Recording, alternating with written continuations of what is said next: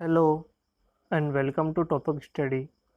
हम पढ़ रहे हैं मेंसुरेशन 2D और यह है हमारा मेंसुरेशन 2D का 5वां वीडियो है, जिसमें हम इस प्रकार जो स्क्वायर बना हुआ होता है, ठीक है, इस प्रकार जो स्क्वायर बना होता है उसमें यहाँ जो सर्किल बना होता है, इस जगह जो सर्किल बना होता है उसकी रेडियस किस प्रकार से ज्ञात की जाती है और उसकी रेडियस का फॉर्मूला जो 2 सेकंड में आंसर को निकाल दे, वो हम पढ़ने वाले हैं। और बेसिक से लेकर हाई लेवल तक हम इसके बारे में जानकारी लेंगे। ठीक है दोस्तों, तो चलिए शुरू करते हैं। और अब तक हम जो पढ़ चुके थे, अगर वो वीडियो आपने नहीं देखे हैं तो इस आई नंबर के बटन पर क्लिक करके वीडियो देख लें, जिससे कि आपको शुरू की जो बेसिक जानकारी है वो प्राप्त हो जाए। और यदि आप चैनल पर नए हैं तो चैनल को सब्सक्राइब कर दें, जिससे कि आपको सारे लेटेस्ट वीडियो आसानी से मिल सकें। ठीक है, तो दोस्तों हम जो पढ़ने वाले हैं आज की, इस प्रकार से माना कि एक ए बी सी डी एक क्या है, एक स्क्वायर है।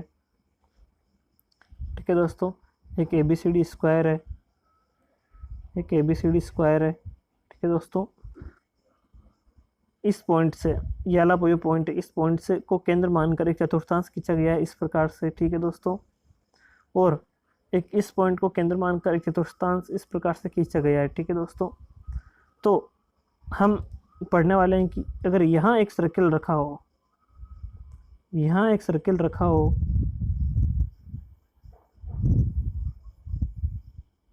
ये सर्किल है, तो इस सर्किल की रेडियस क्या होने वाली है। माना कि अगर ये केंद्र बिंदु है तो यहाँ से लेकर यहाँ तक की दूरी जो इसकी त्रिज्या है वो क्या होगी, वो हम निकालने वाले हैं। ठीक है दोस्तों, तो आपको पता चल गया होगा कि यहाँ जो सर्किल होता है उसकी रेडियस हम निकालने वाले हैं।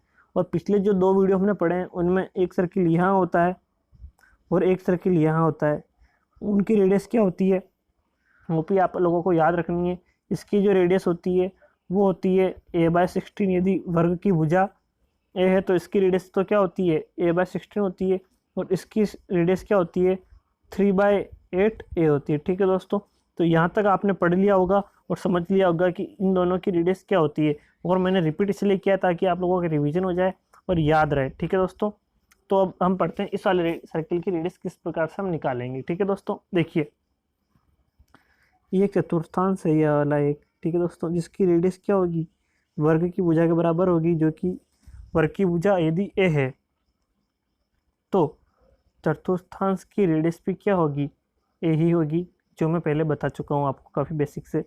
और यदि इस जो छोटकू सर्किल है इसकी रेडियस माना कि आर है, ठीक है, यहाँ से लेकर ये दूरी जो ब्लू कलर की दूरी ये अगर आर है, ठीक है दोस्तों, ये आर है, कंप्लीट समझ में आया होगा आपको। अगर ये आर है तो अभी देखना ये क्या है, ब्लैक कलर की, ये ए है, ये ए है, दिख रहा होगा आपको। तो यदि मैं इसको इस पॉइंट को यहाँ से मैं इस प्रकार से मिलाता हूँ, ये सही से मिलाता हूँ मैं, ये ये कितना होगा अभी देखना आप। ठीक है दोस्तों, ये कितना होगा अभी समझेंगे हम, ये कितना होगा ब्लैक कलर का जो मैंने बनाया है, ये कितना होगा। तो ये समझने के लिए आप इसको ध्यान लगाकर देखिएगा, अभी समझना। ये जो क्वाड्रेंट है अपना, ये वाला, ये जो क्वाड्रेंट है अपना, इसकी रेडियस कितनी है, ए है, तो यहाँ से लेकर यहाँ तक की दूरी पे क्या होगी, ए होगी, ये दूरी पे ए ही होगी। ठीक है दोस्तों, ये दूरी कितनी हो जाएगी अपनी, ये होगी। ये ये जो ग्रीन कलर की बना रहा हूँ, ये डिस्टेंस कितनी होगी, ये इस लाल कलर के सर्किल की रेडियस ही आर होगी, ये आर होगी। ठीक है दोस्तों, ये आर होगी, ओके, यह आर होगी, क्लियर होगा। और अब देखना, यदि मैं इसकी रेडियस को यहाँ से एक सीधी रेखा खींचकर इस प्रकार से मिला दूं तो ये क्या होगा, तो समझना। ये देखिए, ये पूरा कंप्लीट, ये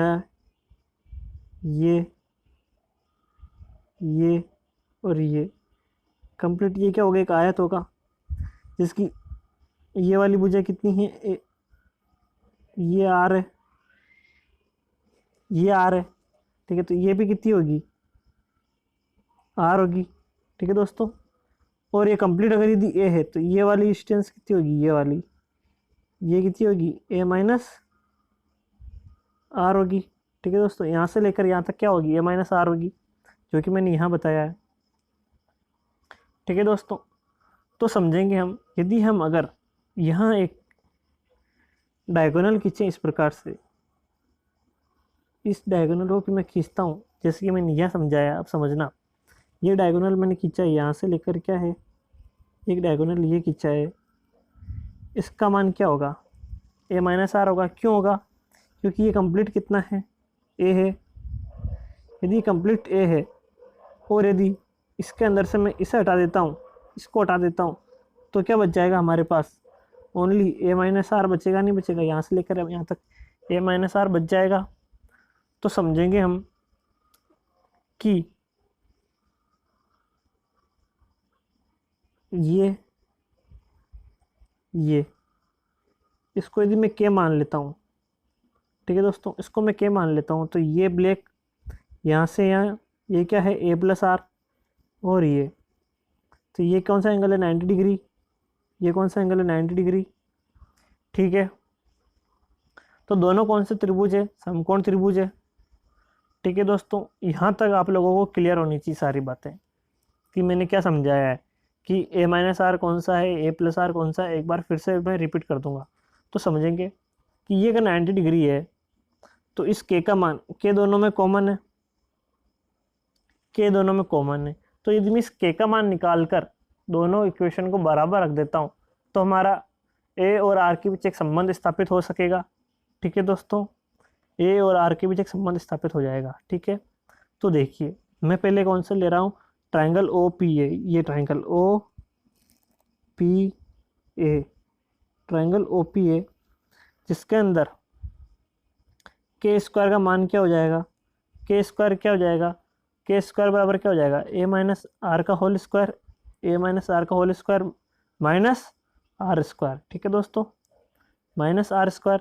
और इसको मैं क्या दे दूंगा, समीकरण नंबर 1, समीकरण नंबर 1 इसको मैं नाम दे दूंगा, ठीक है दोस्तों, समीकरण नंबर 1 मैंने नाम दे दिया। और एक और समकोण त्रिभुज अपना कौन सा था, ये वाला, ये वाला अपना समकोण त्रिभुज था, ठीक है दोस्तों।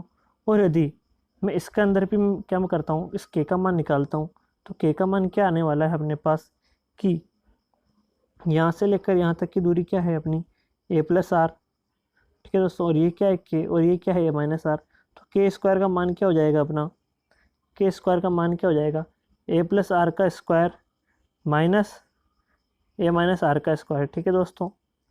आप लोगों को यहाँ तक दोनों इक्वेशन समझ में आई होगी कि अपन ने पहले वाले समकोण त्रिभुज से भी के स्क्वायर का मान निकाल लिया, ये वाला, और सेकंड वाले से भी अपन ने के स्क्वायर का मान निकाल लिया, ये वाला। और यदि हम इन दोनों इक्वेशन को जो कि के का मान हमेशा बराबर होगा, उन दोनों को अगर हम बराबर रख दें इस समीकरण में इस प्रकार से, तो हमारा सत्यता सिद्ध हो जाएगी, ठीक है दोस्तों। तो मैं क्या करता हूँ, इन दोनों इक्वेशन को बराबर रख देता हूँ, ठीक है दोस्तों। तो मैं किस प्रकार से इसको सोल्व कर दूंगा, अभी आप देखना कि इक्वेशन 1 बराबर इक्वेशन 2 होनी चाहिए, ठीक है। तो इक्वेशन 1 अपनी क्या थी, ए माइनस आर का whole square minus R square, ठीक है। और इक्वेशन 2 क्या थी, ए प्लस आर का square minus A minus R का स्क्वायर, ठीक है। अब आपको क्या करना है कि एक आपने फॉर्मूला पढ़ा होगा, ए स्क्वायर माइनस बी स्क्वायर। उस फॉर्मूले का मान क्या होता है, ए प्लस बी ए माइनस बी, ठीक है दोस्तों, ए प्लस बी और ए माइनस बी, ठीक है। अब देखना कि यह क्या है, ए माइनस आर का स्क्वायर, ये क्या है, ए स्क्वायर, ये क्या है, बी स्क्वायर। तो इसको हम ए प्लस बी ए माइनस बी के रूप में लिख सकते हैं। तो ये क्या हो जाएगा अपना, ए माइनस बी, तो ए माइनस आर तो ऐसा कैसा ही, फिर माइनस बी तो माइनस आर, ठीक है दोस्तों। अब क्या आएगा, ए प्लस बी गुणा में, तो ए प्लस बी, तो प्लस का क्या हो जाएगा, प्लस का आर, ठीक है। क्लियर होगा, ये वाली लाइन आपको समझ में आई होगी। और यहाँ क्या है, आर प्लस का है, एक क्या है माइनस का, तो दोनों कट जाएंगे, ठीक है। अब देखिए क्वेश्चन नंबर 2 में ये भी क्या है ए स्क्वायर, ये भी क्या है बी स्क्वायर, ए स्क्वायर माइनस बी स्क्वायर। तो ये भी किस प्रकार से सोल्व होगा, ए प्लस बी ए माइनस बी। तो ये क्या हो जाएगा ए प्लस आर माइनस ए, और यहाँ क्या माइनस का आर है तो ये क्या हो जाएगा प्लस का आर हो जाएगा। ठीक है दोस्तों, और ये क्या हो जाएगा ए प्लस आर, तो A plus R plus A minus R उसी प्रकार से। और यहाँ एक आर प्लस का है और एक आर माइनस का, तो दोनों आपस में कट जाएंगे। ठीक है दोस्तों, क्लियर होगा यहाँ तक, सबको समझ में आया होगा। मैं आगे पढ़ता हूँ। तो देखिए अब अपना क्या बच चुका है यहाँ पर ए माइनस 2r, ये बच गया, यहाँ से ए बच गया अपना। ठीक है, और यहाँ क्या बच गया अपना, यहाँ ए से कट गया ये, और यहाँ क्या बच गया 2r बच गया, और यहाँ कितना बच गया 2a बच गया। ठीक है दोस्तों, और यहाँ ए क्या था कॉमन है तो ए से ए कट गया एक। ठीक है, क्लियर होगा। अब देखिए ए माइनस 2r बराबर क्या हो जाएगा, ये 2 से 2 गुणा हो जाएगा तो कितना हो जाएगा 4r हो जाएगा। ठीक है दोस्तों, ए माइनस 2r बराबर क्या हो जाएगा 4r, और ये 2r उधर गया तो ए बराबर क्या हो जाएगा 6r। ठीक है दोस्तों, ए बराबर क्या हो जाएगा 6r, तो r बराबर क्या हो जाएगा a बाय 6। ठीक है दोस्तों, क्लियर होगा, सभी को समझ में आया होगा। यदि आपको समझ में नहीं आया तो आप वीडियो को एक बार फिर देखिए, और मैं रिवीजन भी करवा रहा हूँ कि मैंने समकोण त्रिभुज किस प्रकार से बनाया था। ठीक है, तो समझेंगे। हमारे क्या था कि यहाँ पे क्या था, एक बड़ा करके समझाता हूँ मैं, देखना भी आप समझना, सबको समझ में आएगा। अभी देखिए ये क्या है, एक अपना स्क्वायर है। ठीक है दोस्तों, ये क्या है एक स्क्वायर था अपना। ठीक है, यहाँ से क्या था एक क्वाड्रेंट था, यहाँ से क्या था एक क्वाड्रेंट था, यहाँ से क्या था एक क्वाड्रेंट था। ठीक है दोस्तों, यहाँ एक सर्किल है अपना, इसकी रेडियस हमें निकालनी है। अब देखिए तो मैंने क्या किया था कि यहाँ से एक यहाँ तक की दूरी क्या होगी r होगी। ठीक है, तो यहाँ से मैंने क्या था एक लंब डाला, तो ये दूरी पे क्या हो जाएगी अपनी r हो जाएगी। ठीक है दोस्तों, और मैंने क्या किया इस केंद्र को यहाँ से मिलाया, इसके केंद्र से यहाँ तक मिलाया। ठीक है दोस्तों, तो इस क्वाड्रेंट की रेडियस तो कितनी है अपनी, ये रेडियस तो a है, ये रेडियस तो कितनी है a है अपने, और यहाँ से यहाँ तक की दूरी कितनी है अपने पास, ये r है। तो टोटल कितना हो जाएगा a प्लस आर हो जाएगा, ये टोटल a प्लस आर हो जाएगी, ये टोटल a प्लस आर हो जाएगी अपनी। क्लियर हो, और यहाँ से मैंने इसको मिलाया ये, तो ये कितना हो जाएगा a माइनस आर हो जाएगा। तो हमारा 2 समकोण त्रिभुज बनते हैं इस प्रकार से, ये वाले, जिसके अंदर यह क्या होगा एक आयत होगा, ये 90 डिग्री का कोण होगा। ठीक है, तो मैंने के स्क्वायर का मान दोनों जगह कॉमन था इसलिए निकाल लिया। तो के स्क्वायर का मान इस वाले में क्या आया ए माइनस आर का whole square minus R square, और इस वाले के अंदर के स्क्वायर का मान क्या आया ए प्लस आर का square minus A minus R का स्क्वायर, और उन दोनों मानों को निकाल कर मैंने बराबर रख दिया। तो हमारा फाइनल मान क्या आ गया आर बराबर a बाय 6। ठीक है दोस्तों, अब हम समझेंगे एक महत्वपूर्ण रिजल्ट जो कि काफ़ी एग्जाम में आ चुका है, जो कि हमने अब तक जो पढ़ा है उसका रिवीजन है। ठीक है, समझेंगे। अगर यदि आपने अब तक की तीनों क्लास भी नहीं देखी है, और यदि आप इस वीडियो को देख रहे हैं और इन फॉर्मूलों को याद कर लेते हैं तो आपके लिए काफ़ी बेनिफिशियल होगा। तो मैं समझाता हूँ कि यदि ABCD क्या है, एक ABCD क्या है, एक स्क्वायर है, और इसके अंदर ये क्या है क्वाड्रेंट है, ये क्वाड्रेंट है। ठीक है, यहाँ एक सर्किल है, यहाँ एक सर्किल है, यहाँ एक सर्किल है।